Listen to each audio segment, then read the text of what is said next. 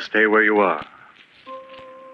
Do not break the stillness of this moment, for this is a time of mystery, a time when imagination is free and moves forward swiftly, silently. This is the Haunting Hour.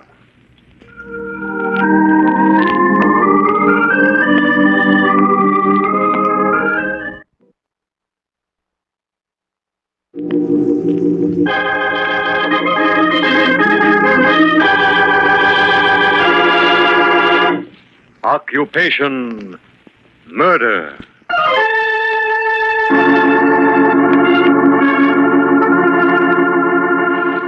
Those of us who have never stepped upon the stage and delved into a world of fantasy might believe that to do so would bring to one's mind and experience all that could never quite be grasped in real life.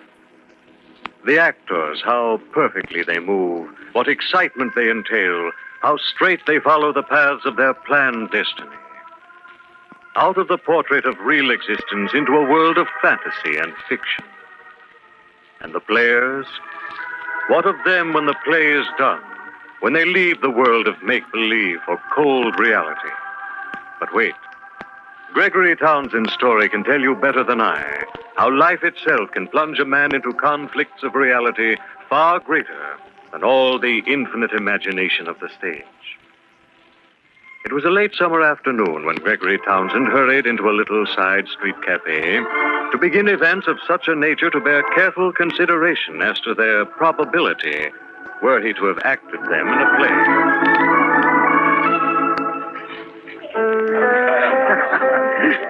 Say, Al Henley. Hi, Greg. I've got to see you right away. It's very important. Can't you see that I've got company? Oh, this, by the way, is Miss Valentine Simpkins. Oh, what a charming stage name. How do you do, my dear? I'm Gregory Townsend. I'm pleased to know you. And Valentine Simpkins is my real name. It's beautiful, honey. You're a natural for Broadway. Why, I wouldn't consider myself your press agent if you weren't. Oh, you're too kind to me, Mr. Henley. Wait, kid, I haven't even started. I hope you'll forgive me, Miss Simpkins, but I must have a word with Al. Oh, it's perfectly all right. I'll excuse myself. Oh, stick around, honey. This won't take long. It never does. This will, Henley. Well, Mr. Henley, give me a buzz if you get my name in the papers. It's a cinch, Valentine. I'll phone you tomorrow. That will be charming. Goodbye, Mr. Townsend. Goodbye. Long. Huh. Where did you discover that item of bric-a-brac, Al? I'm protecting her from the advances of a punk named Dave Anderson. Know him? He's a professional shyster. No, he's not a member of my club. Listen, Al, you've got to think of an idea that will put me on the front page. What's the rush? John Miller is casting his new play. I phoned him this morning asking for a chance at the lead. He said no, of course. No, not quite. He said he would have to have an actor with name value. That lets you out, Greg. Well, I'm not so sure. Oh, if you can only get me some decent publicity for a change, something spectacular, I can land that part. Oh, it'll make me and you. I'll cut you in for a large percentage. Well, that's nice of you, considering the fact it says just that in our contract. Come on, Al, you think of something. Get me in the front pages. Well, there's always one sure story. Oh? What's that? Murder. Are you crazy?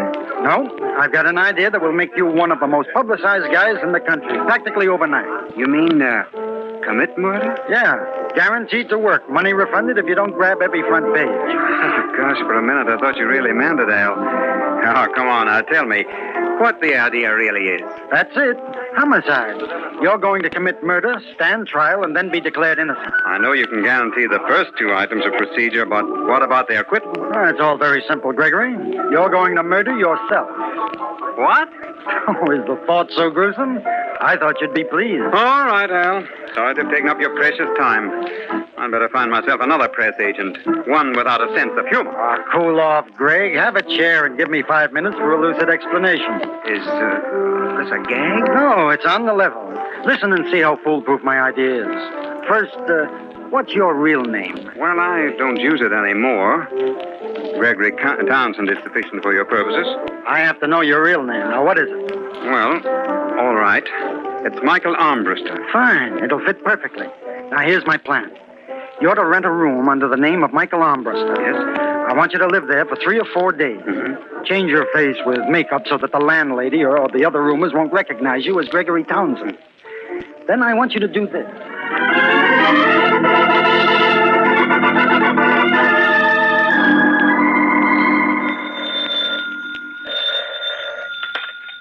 Sergeant Callahan, 13th Precinct. I want to report a murder. Don't ask me who this is, but listen to what I say carefully. Go to 2219 South Grove Street. In the rear room on the 3rd floor, you'll find the body of Michael Armbruster. What's that address again? Matthews, check this call. I won't repeat the address. It's useless to trace this call. I'm not the murderer, and that's all I have to say. Hello? Hello? Emergency. Get me the district attorney's office.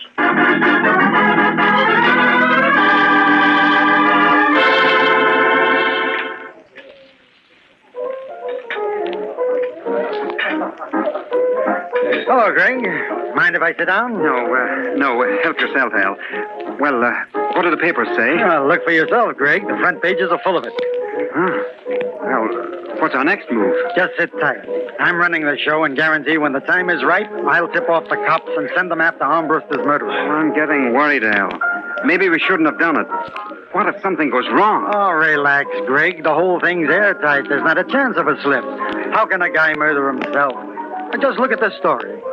The police and District Attorney Ford remain baffled today as to the solution of the murder of Michael Armbruster. In response to an anonymous phone call, the police investigated Armbruster's room, but upon their arrival, it was discovered that the body had disappeared.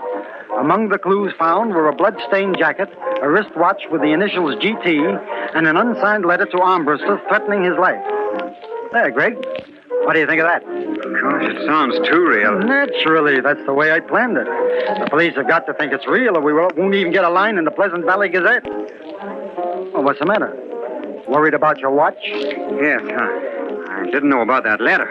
Oh, well, I forgot to tell you. I wrote it. What's in it? The usual kind of stuff. He did you wrong, so you were out to get him. I left it unsigned to make it tougher for the police. You didn't forget anything, did you? Not a thing. It's a terrific mystery. The whole town's talking about it. Why, Armbruster's a celebrated character. What about Townsend? Anytime now, Greg. Anytime now. What do you mean? You see that rather determined-looking gentleman walking this way? The one with the 2 policemen? Yeah. Well, Greg, old pal, that is the district attorney. I'd better get out of here. Sit down. Don't act like a murderer. What should I say? The DA will let you know. I beg your pardon, gentlemen. Not at all. What can we do for you? My name is Ford, district attorney. How do you do? Hi. I'm looking for an actor by the name of Gregory Townsend. Friend of yours? Not exactly. Well, this is him. Are you Townsend? Why, yes. Yes, I am. Will you come with me, please? What's wrong? We'd like to question you about the murder of Michael Armbruster. Better go quietly, Greg. It'll be best. Shut up, you fool. All right, Sergeant, take him in tow. I think we've got our murderer. Come along, Townsend. Don't let go of me. I didn't do it. I tell you, I didn't do it.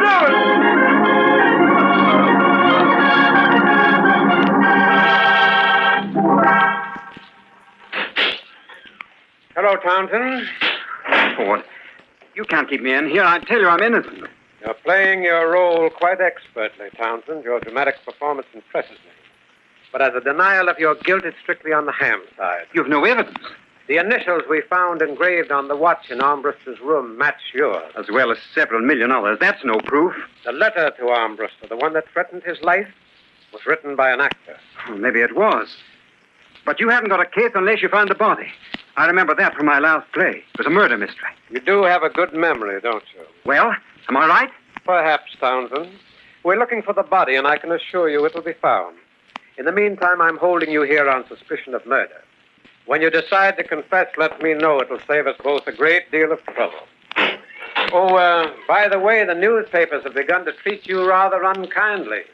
I'm afraid your acting career is a thing of the past, assuming, of course, that you're ever freed by the court. What? I'll send in some papers. You can read the bad news for yourself. Ford, wait a minute. Yes? You see... Well, what is it, Townsend? Nothing, Ford. Nothing.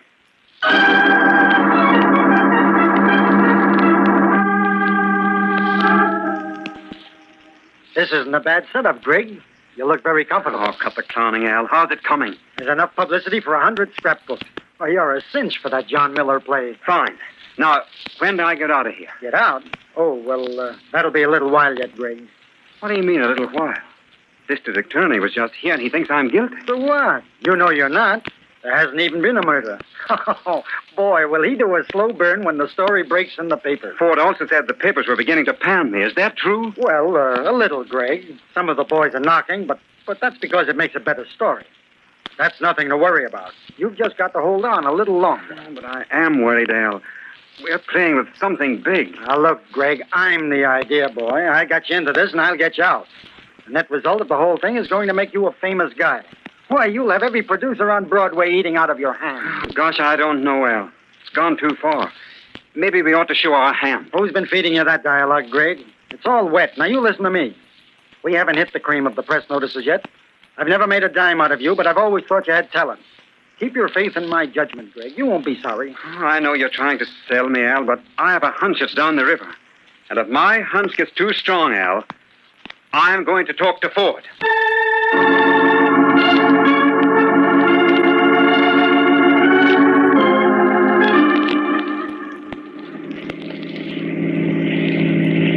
It's nice of you to take me driving, Mr. Henley. It's a pleasure, Valentine, honey. After the cares of the day, there's nothing like a cool evening ride with one's favorite female companion. How's your friend, Gregory Townsend? Don't you read the papers, Valentine? Well, that's what I mean. He's where your friend Dave Anderson ought to be. Why don't you like him, Mr. Henley? He's been squeezing money out of me like a leech. Do you owe it to him? Oh, not exactly, Valentine. Ever hear of blackmail? Oh, how exciting. Oh, yeah? Well, honey, right now I've got my mind on murder. Oh, Mr. Henley, you mustn't. Don't worry, Valentine. I'm only doing my job. Don't you remember? I'm press agent for a murder.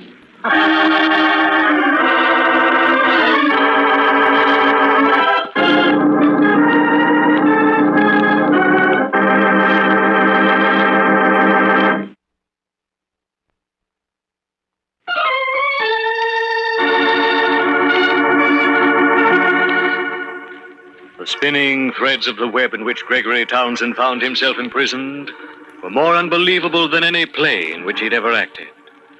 In answer to a desperate plea for publicity, Al Henley, his press agent, had conceived the idea of Gregory's committing a counterfeit murder, the supposed victim to bear his real name, Michael Armbruster. But Gregory's ardor for the pretense cooled when the district attorney gave every indication of believing the story. Well, that's the whole story, Mr. Ford. You're a strange sort of fellow, Townsend. What do you mean? You expect me to believe a story such as the one you've just told me? But it's the truth, I swear it. Why, it's fantastic. A man murdering himself. Now, listen to me, Ford. I am Michael Armbruster. Gregory Townsend is only my stage name. Will the landlady identify you as Armbruster? Well, no, I purposely wore makeup. You've covered all the angles, haven't you? Unfortunately, Townsend, your story is too incredulous for me to believe. Not even a wild-eyed press agent could create such a tale. But that's exactly how it happened. I needed publicity, and Al Henley, my press agent, invented the whole thing. How do you account for your watch being in the room? It was my room, I tell you. I rented it. Only you wore makeup, so it wasn't you. Yes, I know. I don't know what else I can do to prove the whole thing to be a piece of fiction. There isn't any body. Surely that should convince you. But you're wrong, Townsend. There is a corpse. What? What are you talking about? I said there's a body. The body of Michael Armbruster. Oh, you're crazy. We've been told where it is. You shouldn't have trusted Al Henley. He's decided to tell us where you've hidden the body of the man you murdered. I've a car waiting. We'll soon discover who's been telling the truth.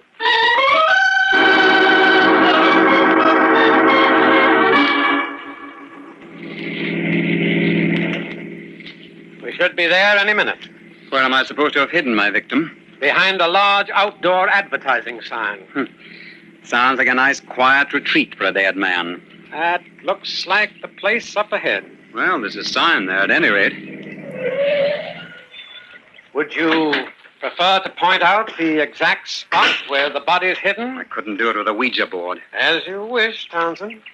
This way. Speaking of publicity, Ford, this won't do you any good when the papers find out you've been persecuting an innocent man. Good heavens. What's wrong? Oh, that's horrible. Well, there's your answer, Townsend. Will you confess now? No, I didn't do it. Look for yourself, Townsend. This body's been burned. The ebony ring on the finger with the initials M.A. I've never seen it before. This is the body of Michael Armbruster. I'm charging you with his murder, and so help me, I'm going to get a conviction.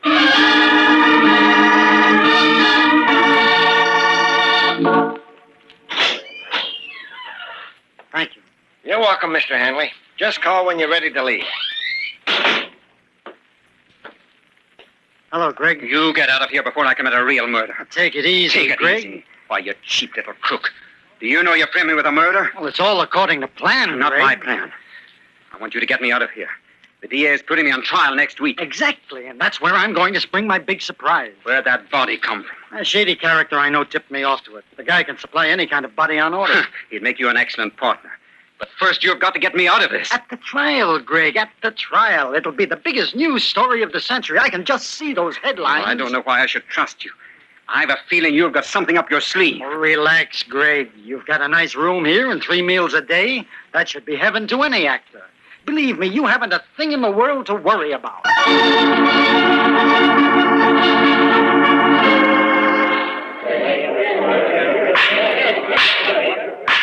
This court is now in session. The district attorney will continue with his presentation. Thank you, Your Honor. I should like to call as my final witness Al Henley. Now, Mr. Henley, what was your relationship with the defendant?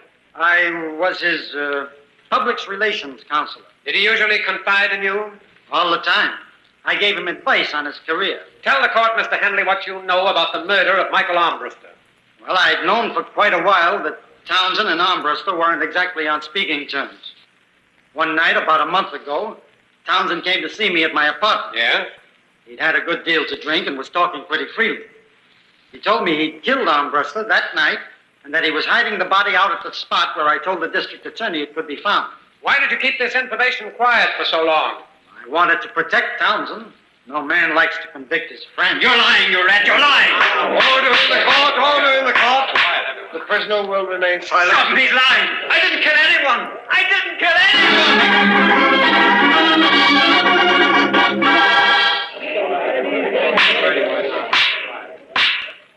Ladies and gentlemen of the jury, have you reached a verdict? We have, Your Honor.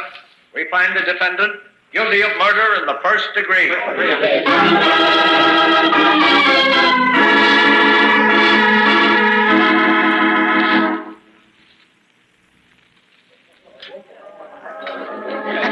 It's too bad about Gregory Townsend, Mr. Henley. He looked like such a nice fellow. Well, that's life, Valentine. You can never tell by looking at a guy what's going on inside of him. When's the execution set for? Well, sometime next week. Are you going up to see him? No, it's hurt me too much to have to watch him suffer. Papers sure gave it a lot of publicity. I guarantee that for my clients, Valentine, honey. Well, anyone can get their name in the papers if they murder someone, Mr. Henley. That's right, Valentine, but how many people can get their name in the paper if they don't commit a murder? That's not so easy, is it? That's right. Well, now you're talking, baby. But I did it for Gregory Townsend. He was my client, and I always please my clients. I'd like to do the same for Dave Anderson, but I don't think he'll be around anymore. Wait, one more other thing. Mr. Anderson is a nice man. You shouldn't talk that way about him. All right, Valentine. Let's talk about you. I'll get your name in the papers, but in another way. You're not ready for courtroom scenes. Besides, the district attorney might believe you.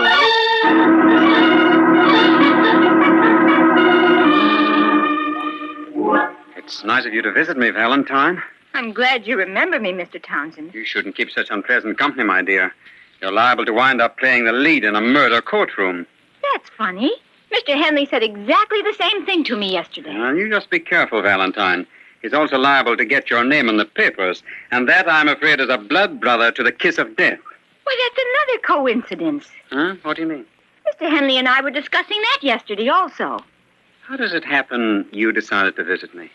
Mr. Henley said it would hurt him too much to see you. But I don't think that's the real reason. I think he feels bad because he's hiding something. What do you mean, Valentine? Well, he said it was easy for people to get their names in the papers if they kill someone.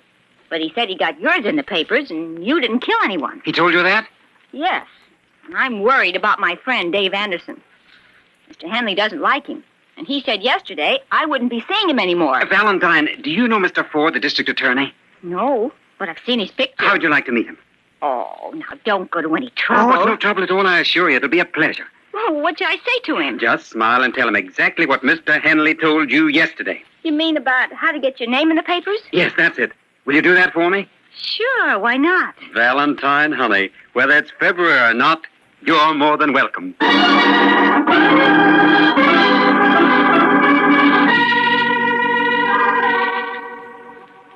Didn't think you had the guts to show up here, Al. Believe me, Greg, I dislike jails more than you. I hope there are no hard feelings. Well, of course not. You're only paying for a murder you committed with my life. You should have been a comedian, Greg. The serious stuff never did suit your personality. Well, keep up the good spirits. You're a credit to the acting profession. Laugh, clown, laugh. Or should I say, sucker?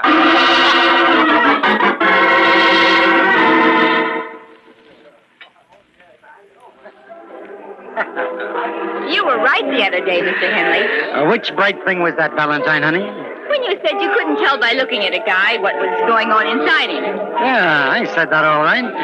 Did you try it out? I certainly did, Mr. Henley. Why, only yesterday. To look at Mr. Ford, you would never think that he had a sense of humor. You mean Ford, the DA? Yes. Oh, what were you doing with him? Come on, quick. What were you doing with him? Henley, you're hurting my arm. Don't twist the lady's arm, Al. It might come off. This is a private party, Ford. Thanks for the invitation. I'd like to join the fun. Oh, no use in saying no, huh? No. All right. What is it? Why, ever since Valentine told me your philosophy about publicity, I've been doing a little checking. And? I found that I haven't been particularly brilliant on this case. For example, the ring with the initials M.A. that I found on the body of the corpse was made of ebony. Pretty color. And a very pretty wood. The important factor that I completely overlooked was that if the ring were on the body when it was burned, why, the ring would have been consumed also. In other words, the ring was obviously placed on the hand after the murder had been committed. That's very good, Mr. Ford. Thank you, Valentine. Shut up, Valentine. With that clue, Henley, the rest was simple. Okay, Ford, you win. Dave Anderson was blackmailing me for every cent I earned. I figured I could put him out of the way and make you think that the charred body was really Armbruster. Well, goodbye, Valentine, honey. I'm going away. All right, Ford. I'm ready to change places with my former client.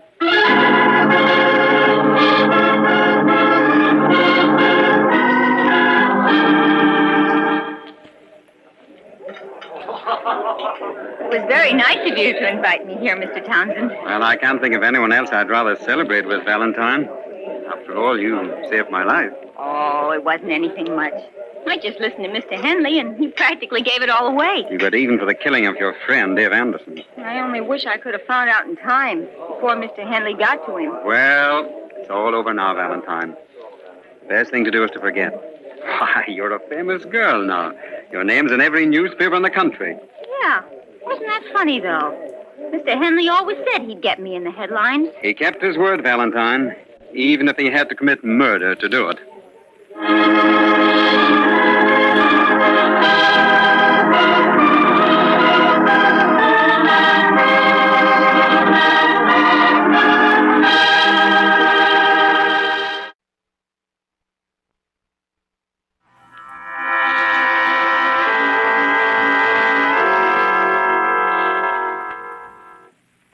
From shadows and stillness, mystery weaves a spell of strangest fascination, charging the mind with doubts and fears. For mystery is a strange companion, a living memory in the haunting hour.